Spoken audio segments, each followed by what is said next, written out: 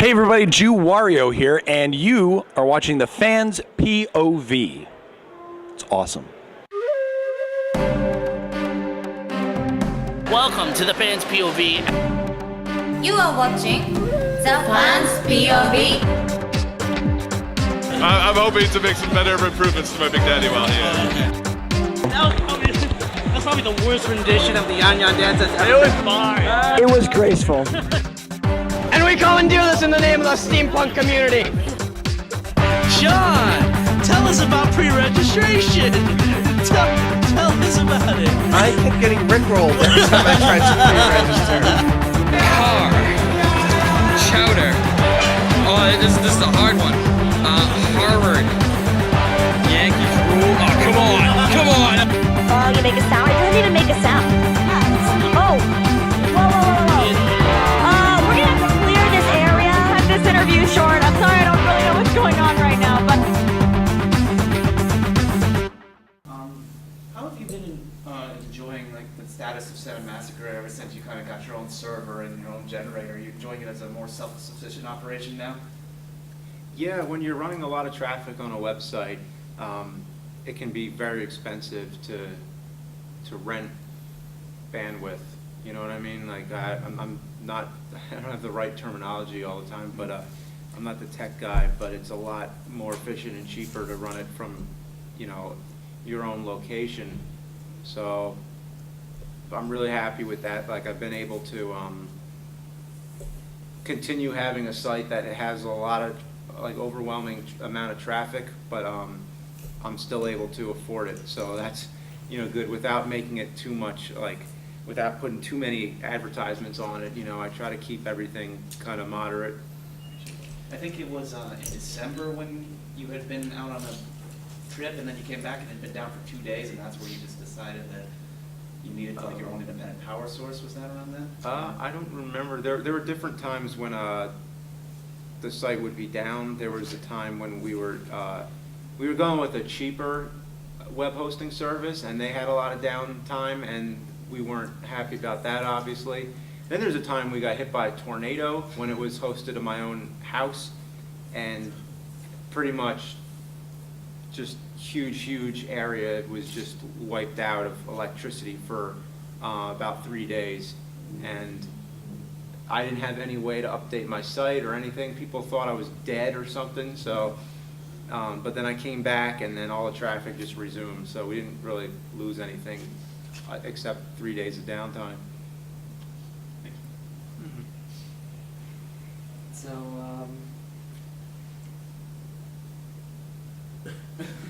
I have so many questions in my going around, and it's like, which one to pick out? So it's because it's like I'm a big fan of everything. So it's like there's so many things I want to know. Specifically, when you do movie reviews, how do you choose which ones that you want to pick specifically? You say you watch a movie and say, hey, I love this movie and I decided I want to do this. Like say when you did the Rocky trilogy, what popped in your head that made you want to do Rocky at that particular time? What makes you choose what you're going to interview? I don't know. I guess most of the decision probably goes into if I feel I have something to say about it that hasn't been said, because the least thing I want to do is just say something that's very predictable. So I don't know. Whatever I feel like doing, really. I don't do movie reviews that often anymore, but it's fun making funny top 10s and stuff, and it's just fun to talk about movies. So Kyle, that's his name, the guy that does the intro to the video game nerd. Yeah. How come we don't see him around too much anymore? Kyle Justin, we don't see him around too often lately, just because he's been busy. But he, I don't know, you might see him again sometime soon. I don't know. Another Battletoads review or something upon that? Yeah, I don't know. There were so many video games, movies, board games that you reviewed, and was there one that like you had to review, but you really did like it? It was sort of like a secret guilty pleasure. You think about it, it's like, oh, it's not as bad as I thought it was, but I still kind of did it for the fans. And kind of, is there ever like an instant that happened? Is there ever an instance when I bash a game when it's mostly for fun and then you know, and if it's really a guilty pleasure that I actually really enjoy it more than I make it sound? Yeah. I'm trying to think. Yeah, I mean, there's sort of a love-hate thing sometimes, I guess. Like Dr. Jekyll and Mr. Hyde, you know, I always talk about that, how it's like the worst game I ever played, but there's something funny about playing it because it's just so bad, it's hilarious. And there's times when, like,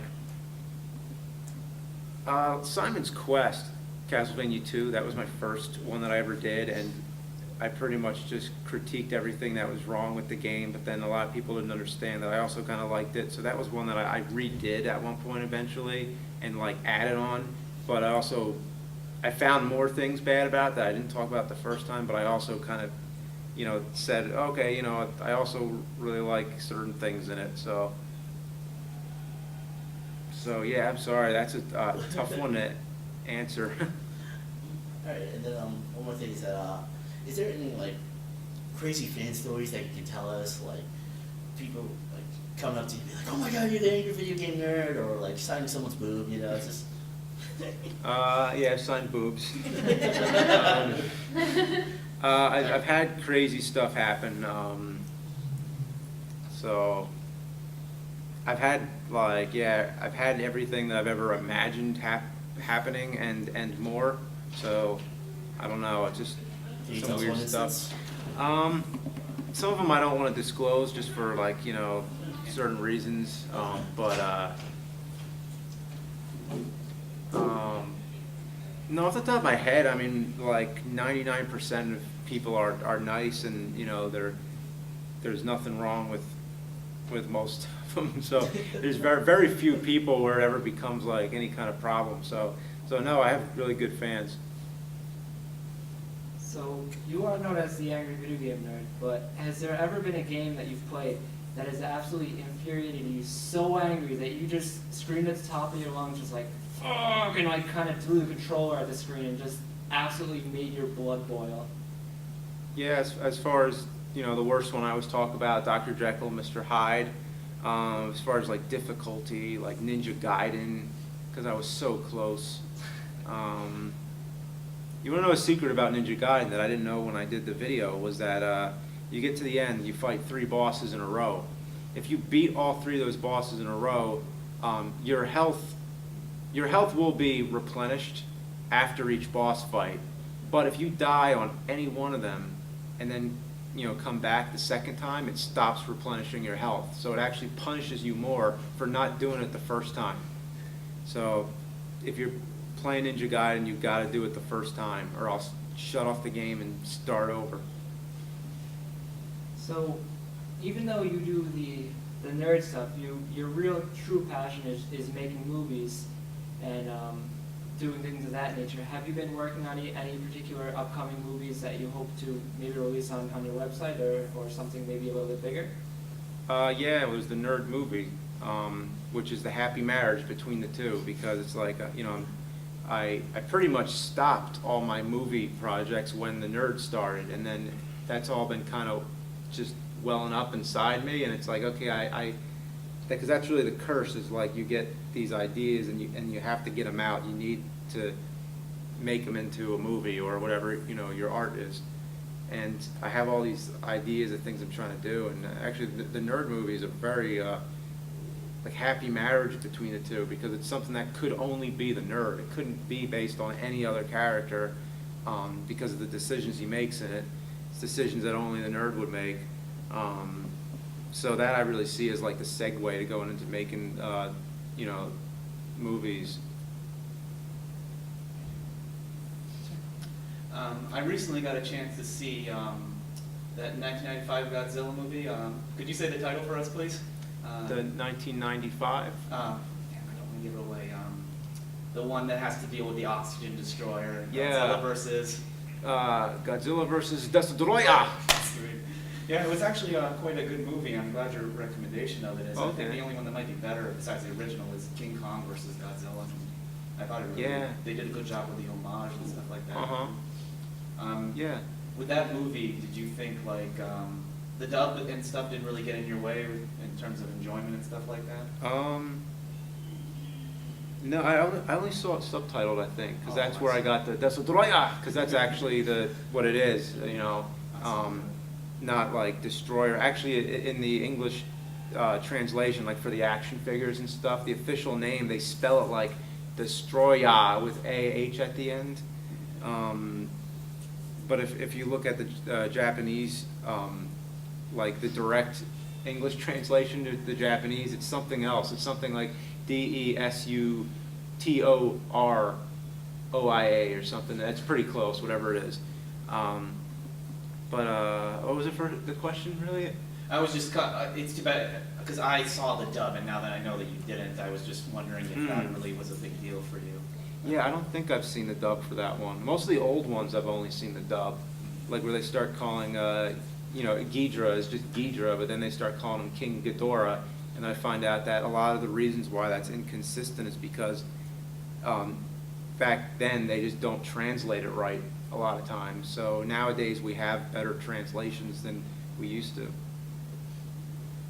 So how did you exactly get started to do the Monster Madness every year? The first year I always wanted to, I think it may have started in college at one time. Some professor, I think, had a class that was just, you know, it was an elective class that was like history of horror films or something. And I wasn't in the class, but people who were in the class said that I should have taught it. They're like, oh, you know more than that professor. And I was like, okay. And I kind of got the idea in my head. I'd like to kind of have like horror movies 101, and it's just the basic history. Like, if somebody never seen a single horror movie, these are all the important ones to see. So the first Monster Madness was just a very quick run through of all the, you know, all the most famous horror movies and all the ones that you should know. And then I thought that was going to be it. Then the second year I decided to do all the Godzilla movies, and that was fun too. And then the third year I went back to horror movies, and then since then now it's just like, it's just a tradition to just try and dig up 31 horror movies every year for every day in October. It's a new video, which is exhausting to say the least, but it's also really fulfilling. I can say that on both ends. It's very worth Okay. watching it. But when you've met people such as like Tom Savini and stuff, right? When you meet people like him, do they give you any like techniques as terms of like makeuping and stuff that you tend to use in your own videos that have improved them at some point?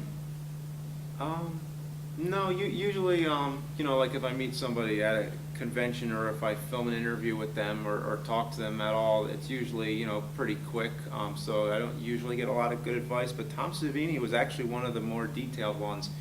Like I talked to him for like 40 minutes, I think, at one time, and like he just talked to me about like everything like he did with his eyes and like the makeup he did in like From Dusk Till Dawn, and like he went into like a lot of detail, and I was really interested that he likes to teach people that stuff. Like he doesn't just keep it a secret, like, oh yeah, this is just my, you know, 'cause every filmmaker's a magician, but he's more open about it. He tells you what, how he does it. As a horror fan, what could you say is probably the bloodiest, goriest, downright vomiting movie that you've seen that doesn't lose in storyline, that keeps its story? It doesn't like just use blood and gore for cheap effects. It's legit, like really bloody, really gory, yet at the same time has such a really good storyline. Yeah, the goriest things I can think of is the ones where the gore steals the show. Brain Dead, which is known as Dead Alive here, except everywhere else, I think. And Riccio, the story of Ricky, is also like one of the goriest movies ever made. And they have story. It's not to say they don't, but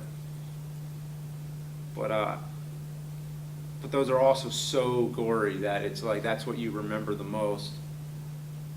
So I can't think of too many that where it has like a very strong story but also has a lot of gore, because chances are you'll remember the gore better than anything.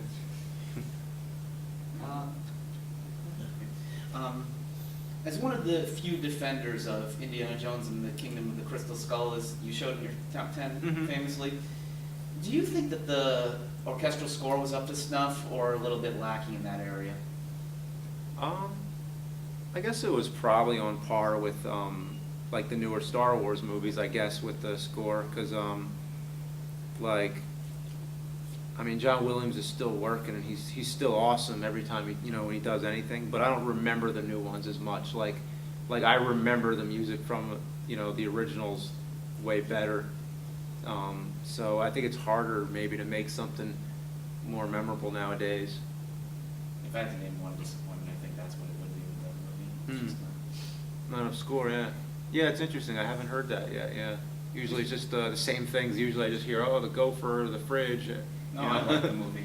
Like you point out in the video, it's pretty much the same as the other Indiana Jones movies. I agree. When I make the same conversation, not that when people tell me that, I actually use your video as a reference. Like, yeah, it was so ridiculous he was in a fridge. Yeah, you can jump out of a plane with a raft and land safely, Yeah. One thing I think is interesting that I think a lot of people don't know, and this is why I'm interested in just like history of film a lot, is finding out where ideas come from. And a lot of people I think are surprised to know that a lot of movies like Indiana Jones are not original at all. Like they take from an old idea and then they kind of like, it was either in Zorro Rides Again or Zorro's Fighting Legion, which were both film serials, but it was in one of those serials where the whole like truck battle thing happens, and from Raiders of the Lost Ark, it's like shot for shot. Like he's on the horse, he jumps on the truck, and then he like goes under the truck, and it's like the same thing. Star Wars, I think most people seem to know the references more. Like with Star Wars, most people can kind of count like, okay, so this came from like a Western, and this came from like a samurai film, like the Jedi being samurai. So yeah, I just think it's interesting, and some people know, like some films are more famous for doing it. Like a lot of people know where Tarantino gets a lot of his ideas. So yeah, I just find that interesting to figure out where stuff comes from. Because with Kingdom of the Crystal Skull, I mean, besides all the nostalgia aside, like as you mentioned how you felt that they were having fun with it, they obviously were. Besides all the obvious homages, like the shadow effect in the beginning or his intro, you had the William scream throughout it, and the punch sound effects, no doubt deliberately. First time where you see the Wilhelm screamer, I think, where you really see, they kind of go in. I think they were trying to kind of say like, okay, we're going to put an end to this gag, because everybody's doing the Wilhelm scream nowadays. Yeah. So at least that was kind of a unique way to do it. I'm waiting for somebody to come up with another way to use it. Like maybe have it like you usually hear it once in a movie. I've never seen a movie deliberately overuse it. Like to see it happen like sometime I'm planning to maybe use it somewhere and just use it like 20 times in a row and just like see how ridiculous it can get. I think ultimately what it was is, like you said, people just the nostalgia, and they weren't aware of when the movie takes place, and the Crystal Skulls, like even though they did the documentaries on it, people just didn't accept it. And I appreciate you trying to clarify that about why it really, it was the critique. People see one or two bad scenes, and they'll judge the whole movie on that. Oh, cool. Well, thank you. So it's been many years since you did the Maximum Overdrive review, and have you ever actually been able to locate the scene where the kid's head gets run over and just... Oh, I think I heard somewhere that like George Romero saw that scene and like puked or something, because George Romero, I've never tracked down the scene. I imagine it was destroyed. You actually do see the kid's head get crushed in the steamroller, but from what I heard, there was the shot was longer, and that you actually see like blood coming out and stuff. Who wouldn't want to see that? I don't think it's surfaced anywhere. I would have thought it would at least be like a deleted scene on the DVD or something. Like I don't know. So for now, I think that scene is lost, but I could be wrong. Maybe we'll show up at the original Phantom of the Opera or something. Oh yeah. Okay. Yeah. Are you guys all on the same project, or? No, Well, we're no. separate, but we kind of know each other, so we're. Oh, okay. Friendly competition.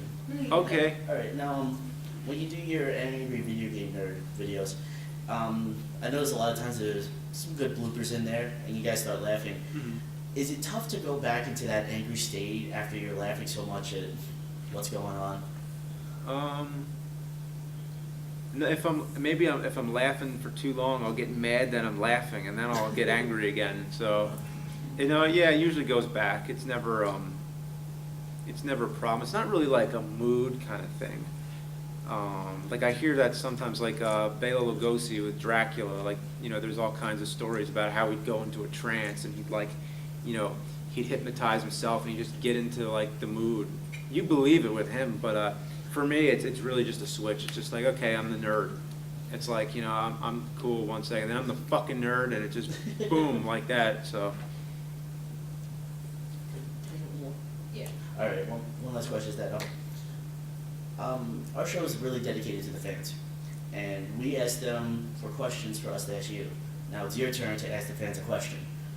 What if you had a chance to ask the fans one question? What would it be?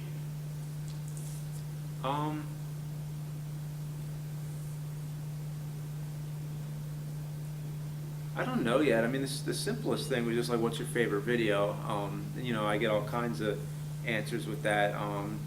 I think at some point, like, if I want to look back in like retrospect, then, if I get like some distance from the nerd, then I think maybe then I can start kind of seeing what other people are seeing a little more. Like right now, I'm kind of like, I'm in front of the camera, and then it's hard for me to like, So I guess what I would want to ask the fans is something that would help me see it the way they see it. So I just kind of know, exactly what I want to get into the fans' eyes. Sometimes I just want to know what it looks like from the other side. And I guess at a certain point, you'll never always understand that. It's impossible, I guess. But I'm glad that people have enjoyed it. So that's why I still do it. Thank you very much, sir.